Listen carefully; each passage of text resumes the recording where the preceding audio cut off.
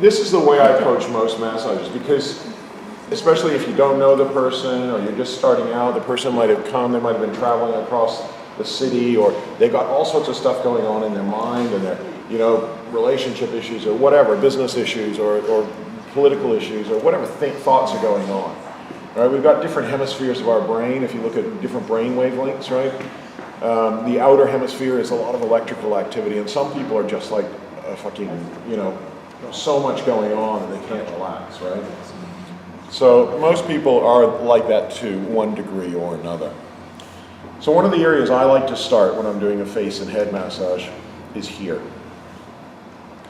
All right, we talked about the connection of here with here before, and we can feel a nice little band often in people right in here. On the eyebrow there, sorry. Yeah, so just below the eyebrow actually.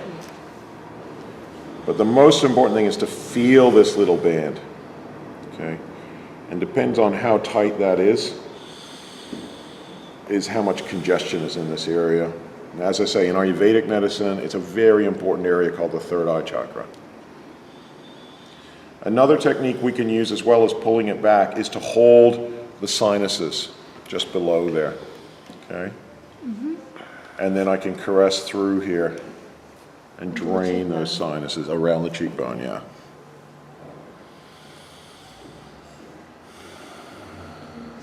So I spent a lot of time just really feeling this.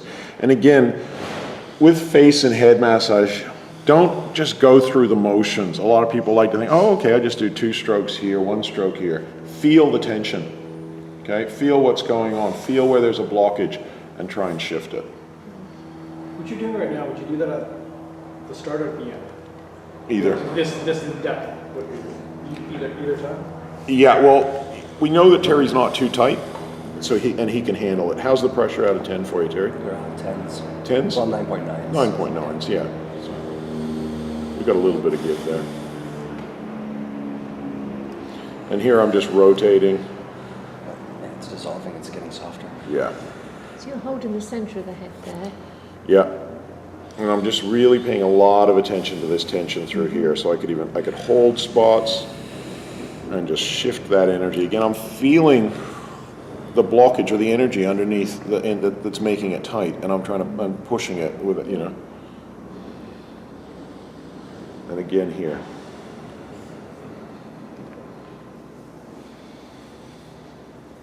And caressing through there. You think the face can hold just as much as the toes? Oh yeah, I mean it's just different, isn't it? Yeah. I mean, but yeah. I always think 5-pointed star, you know. Okay, I'll have a feel of the other side. I mean, you can feel how much you're holding in here, even though the rest of your body's not super tight. But this is pretty tight. I did feel more pain on this side, though. Did you? Yeah. Or maybe you're just not looking now. It feels the same yet. Yeah. This is a great technique too for cleaning sinus congestion. But in general, people hold a lot in their heads. And as I say, to me, getting to be really good at head massage is pretty much about tuning into energy, because there's only so much you can feel on a very, base level, right? Like, oh, a tiny little band here, a bump here. And that'll keep you on a very superficial level, right? So you want to, again, just really feel what's going on with the energies here that are creating the tension.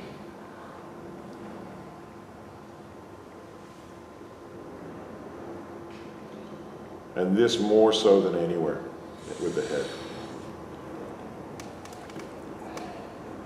What's that you've just thrown? Energy. Bit of bad shit. Yeah. Yeah, bad chi. Stuff that I'm clearing out of him. Mm-hmm.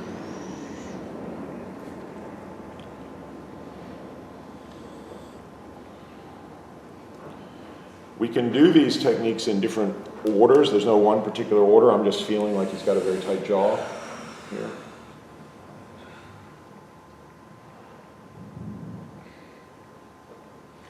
And again, we can see he's still able to breathe into it. He's not tightening up against me. I can get him to open his jaw. That's it. And we can feel quite a lot of tightness through here. This can be a very sensitive area, so build up to it slowly. Don't go, again, like what Terry was saying, you know, when you're going in deep with people, gradual build up, all right? And feel and respect where their limitations are. I know how painful this can be in the jaw, so don't go really hard, but he feels tight in here, okay? I can also then come up and follow that up from the jaw and even hold points in here. Again, I'm quite aware I'm probably expanding his horizons a little bit, but he's still able to breathe. That's our indicator. He's not tightening up against me, right? That's the real 10. Some people go, oh, that's a 10, that's a 10, that's a 10. But they don't know what a fucking 10 means. We're talking about, can you let go? Can you still breathe while I'm working on you? Breathing, key, right? Yeah, breathe key. Breathe, scream, fart, you know, whatever. Remember when you're working on the face, don't breathe on their face, okay? I'm not turning to the side in this case because you guys are there, right? But any energy I'm picking up, I'm just breathing it out.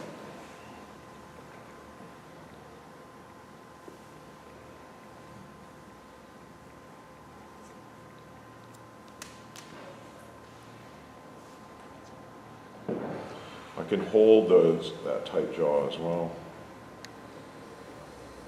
Again, then just slowly sliding and caressing that tension.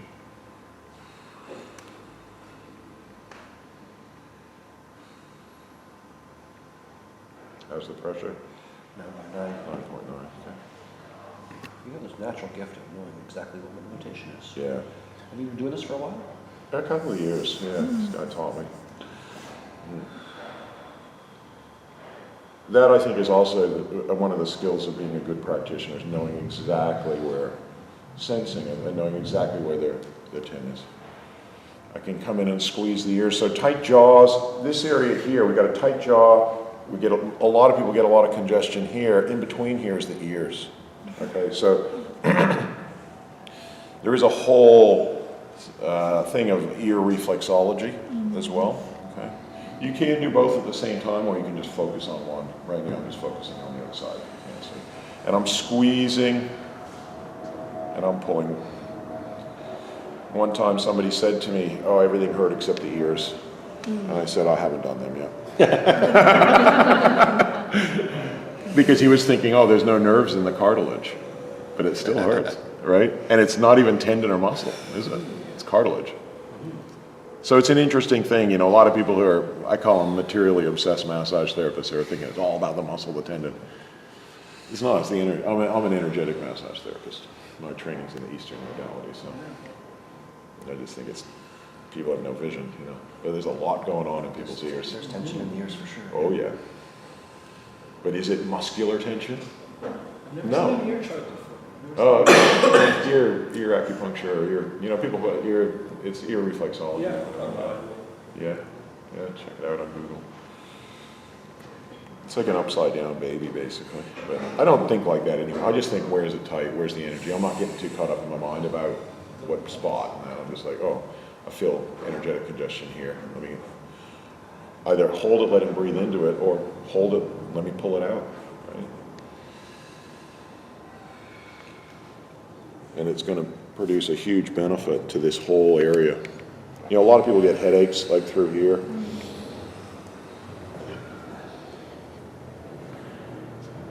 Go right up into here. How's it feeling, Terry? Wonderful. Good. Get this side.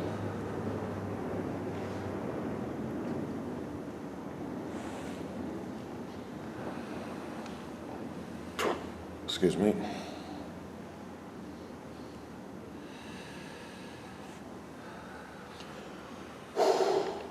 As I say, always think of yourself as an energy conduit when you're working with people too. It's going to come into you. So try and get rid of it right away. Breathe it out, but not on the person. Always be aware of your breath on the person's face. I've had a lot of face massage, and all I'm feeling is, fuck, that person's breathing all over my face. And it feels like somebody's taking a shit, you know? Energetically, it's like, you know? And it could also be their bad breath, especially smokers. You know? So be aware of your breath, especially near the face. Okay, now I'm going to come back into his jaw.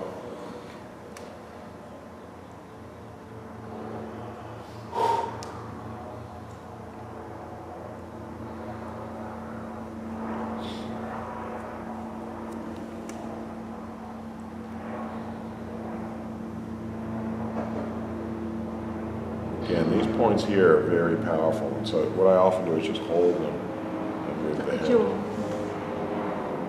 I call it, it's a sort of pressure point under the Oh, yeah. cheekbone.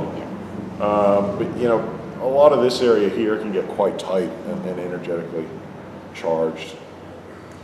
All the gum, just above the gum line, actually. A lot of people can get toothache through stressful times, and it's not Oh really yeah, the tooth. teeth grinding.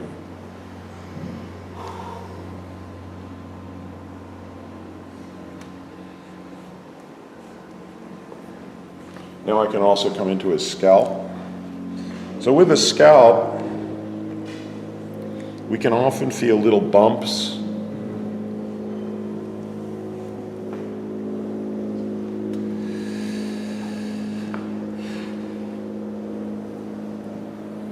So what we're doing with them is just rolling over them. Again, with people with hair, what we want to do is move that scalp over the bump. See how I'm keeping contact, like on this side, I'm keeping contact with the scalp. If I start doing this on hairy people, It's more like scratching. you're going to scratch and you're going to pull their hair. Okay? So with a bald head, you can just get in there and just, you can move your hands around because you're not worried about pulling the hair.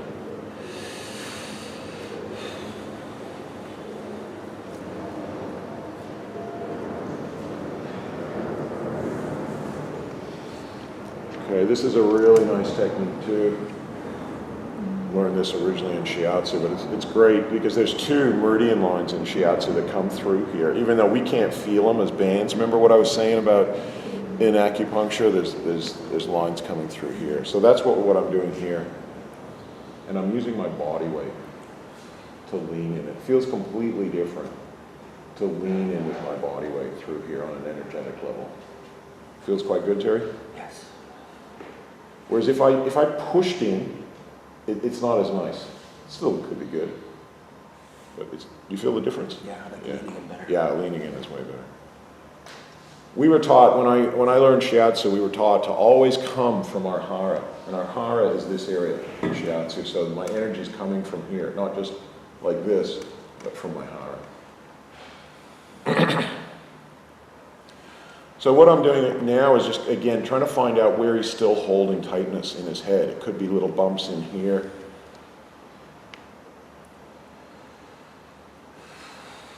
This is why I say this is an area you really want to be able to just tune into what's happening underneath that scalp with the tension. I don't know if Dave showed you the hot iron rod through the head. It's a powerful technique which we use to create an energy that goes right into the middle of the brain. Okay? It's done like that. And then it's like with Qigong where you create a Qi ball like that, if anybody's ever done Qigong.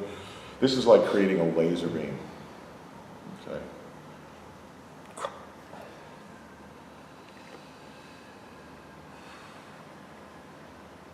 And once I get those points, then I usually get to rock the head.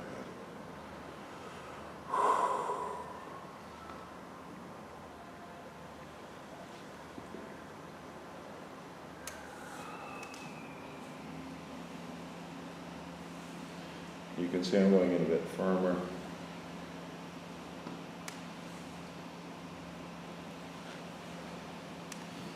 And then I can lift up his neck.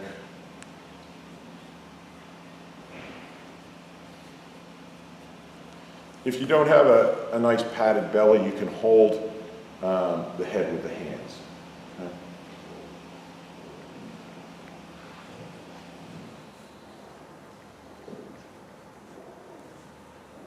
And this is where I was saying I could start to diagnose from as well. I could start to feel how tight is he in these bands, how tight is he here, how tight is he back here, whether that's going to come to his arms, whether that's going to then come to his legs. Okay, so lots of stuff, information we can get from the neck. We can do this move where we support below the neck like this. Get him to breathe in.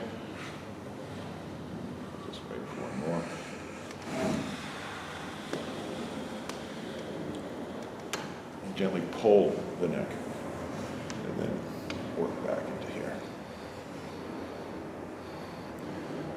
You want your neck adjusted? Yeah. So this is a technique I'll show you later, okay? But I do like to combine this with this.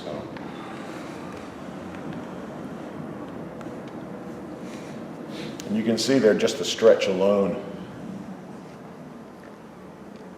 It wasn't even much of a, technically that wasn't an adjustment, but a little bit at the end was. But that didn't even make him go, it was the stretch, because of all this preliminary work. So once I've done that, I've got a certain stage of relaxation happening with his head, where he's like, what the fuck? I don't know what's going on anymore. All right, how do you feel? Chilled? Good. Then I can start to come in and do my breathing. So I've got him in a peaceful frame of mind, and you can see, does he look more relaxed? Like he looks more chilled, right? When I first work on somebody's belly, I go softly.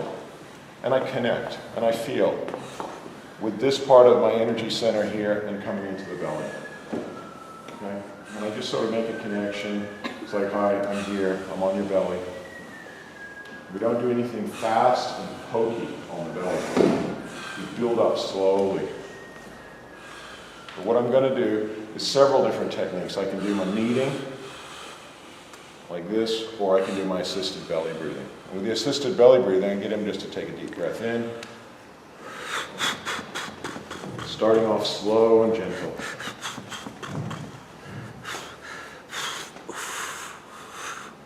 And then I get him to breathe in again.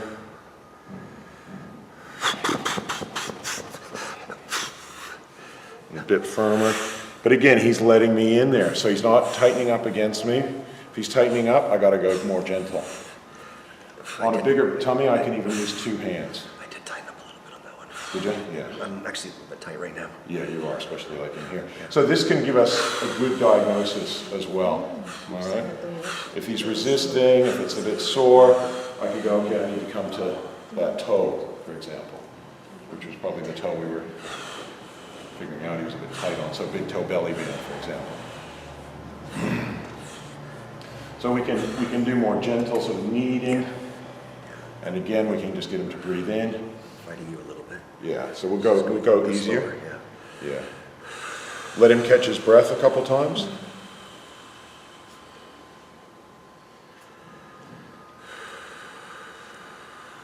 A little bit protective of the area because I had ulcerative colitis Oh, did you? in 2012. Yeah. So I still feel some sensitivity in my colon sometimes. Yeah. So I'm quick to tighten up, yeah. So you just got to be a little bit slower and softer as well. What did you Yeah. have, sorry? Ulcerative colitis. The intestines Ulcer. become ulcerated. It's like a gut disorder. So we'll just take it a bit easy. Yeah, that's better. We're going to do some rocking. Again, we're just trying to loosen up whatever's going to come away nice and easy. Okay?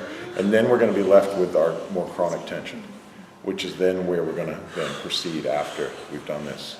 And we're also getting him breathing deeply. So you can see he's doing well because his belly's completely rising. That's what we're looking for, right? He's not chest breathing. He's rising with the belly's rising, which is a good thing. And that sets the rhythm. And then I can also, like I said, diagnose. If I come back later and I've done his legs, then I could get in deeper. I could get in, on Terry, he's got a slightly bigger belly, so I could use perhaps an elbow. Most of the time I wouldn't do that. But I'm not going to do that right away because of his sensitivity and the fact that the tension is still anchored. All right? So would you leave the stomach alone if someone did have recently a flare-up of ulcerative colitis? Yeah, if it was a recent thing Yeah, it's or an been- operation. Oh, absolutely. Yeah. Yeah. Been cured many years ago, or But Yeah. you'd leave it well alone. Deeply removed, yeah. And anything where it's So, sore, you just work somewhere else. So I can also do things like assisted belly breathing. If I have the strength, I can lift up his legs and then either that's too much for him That's right too much, now. yeah. But later, once he's a bit more relaxed, I can actually come in like that and work the different bands. Okay? Or I can just lift up his legs like this and do. but again, more gentle. We just got to figure out the right. If somebody came to you for the first time, would you work on the head first, and then would you go to the stomach, as it's quite a sensitive area for people? Would you do that on a first time that you'd seen somebody, or would you go to elsewhere and then do that Either way. at another time? Either way. If they're all sensitive about having their stomach worked, I could go somewhere else. It's not a hard and fast. If they're like going, oh, I don't want my stomach worked, Yeah. then I'm not going to be rigid and you know. But yeah, I think it's a great way because it gets them deep breathing. Do you go there straight after the head? Yeah. Because it opens up this. See, we want this central energy channel. There's in Ayurvedic medicine, we've got this central energy channel called the Sushumna, Yeah. which comes all the way from the base right up to the crown chakra. And one of the major things I think is important is to open up the energy flow in that area. And so by calming down the mind and then getting him breathing and bringing his awareness out of his head and into his belly, it's a great way to start a massage. Of course, in between the head and the belly, we've always got the heart chakra, which is also an important area. But see, now I could go anywhere. But you work completely on his front, on his back first, and before you turned him over, you wouldn't start on his front particularly. You'd do the head first and then work on the whole front, then turn him over. Yeah, usually. Yeah. Yep. I find most people are tighter on their front than their back. Okay. And also a lot of back tension actually comes from the front, Right. interestingly enough. So, because I've had people that you could work on their back for ages and you won't loosen up the tension. But if you get rid of the tension in the belly and the chest, like a lot of people will be tight exactly opposite here. Right. Because you think, this is a major energy center right here. Because at the back you've got the outer little finger band joining with the other two bands, the Achilles and the big toe. Yeah. And in here you've also got quite a major energy center kind of coming in here with junctions of the wristband coming up to meet in here. Yeah. And like I said, this very important diagnostic area here is the heart chakra. Yeah. So when I see it's very concaved, then I think, well, we need to open that up. Yeah. And it's usually associated with depression and things like that too. So the heart chakra is related a lot to sort of joy and, you know, just it's in Ayurveda. It's, optimism. And when you see it sunken in here, you think of depression. But you think, okay, how are we going to open that up? Partly it's going to be from that inner wristband. Partly it's going to be from here. Is mine sunken? Very, very slightly. Like, because you can feel how that's quite tight just in there. Yeah. But it's not a huge amount, right? Like it's just a very slight, especially like right there. You Yeah, can I feel do how. feel a lot of tension in there. Yeah. So there's just something kind of going on in here. I don't feel any depression. No, it's not that big. Right? But it would still be good to open that up a little bit more. And, I enjoy that. Yeah. So that's how I would start, and then I could go anywhere. Depends on how long I have. Depends on what his priorities are. What we work together and go. He might go, oh, I really want you to open this area up. I really want you to open up that foot that's tight. I feel like I need this the most. Yeah. So then I could go, okay, inner wristband. Yeah. Where's it? Which finger is it coming from? Because it's probably coming from one, maybe more. Let's have a quick drink of water. Do you want me to proceed a little bit now with a bit of treatment as well? Okay. But from this point on, see, this could be a nice standard thing that you do for everybody. And then from here, it's which limb do you want to work on? Yeah. He's got a request, which I always like to, honor, that he wants this area opened up. Right? But for a female then, you would just work more on their stomach, the big belly band, and... Right, because we don't actually have to do much work here. If anything, if he's got something going on here, if it was a woman, she might go, I got something going on here, but we would pick that up here and go, okay, yeah, you're very tight in here, or you're very tight here, because again, it's a junction, so we need to figure out which one's causing it. And then we would just come to the source of it. So with that, I'm suspecting one of the fingers that make up the inner wristband is tight. Right? So then I'll have it feel a little finger, even though that's not making it up. And that feels, notice he's got a pretty good range of motion there. Remember I was showing you some of the other people? So that's pretty good. Let's feel what these ones are like. Yeah? See? not as good. Nowhere near as good. You can feel that it feels clunky. Yeah, it's not as good. This one's not as good. So big difference between the little finger, and that's the range of motion that we're getting out of that. A bit better now, it just clicked. So, and this one's a bit tight too, but not as bad. So my first suspicion that where this would be coming from would be this joint here. Okay. So with that, I would definitely want to get a chopstick out.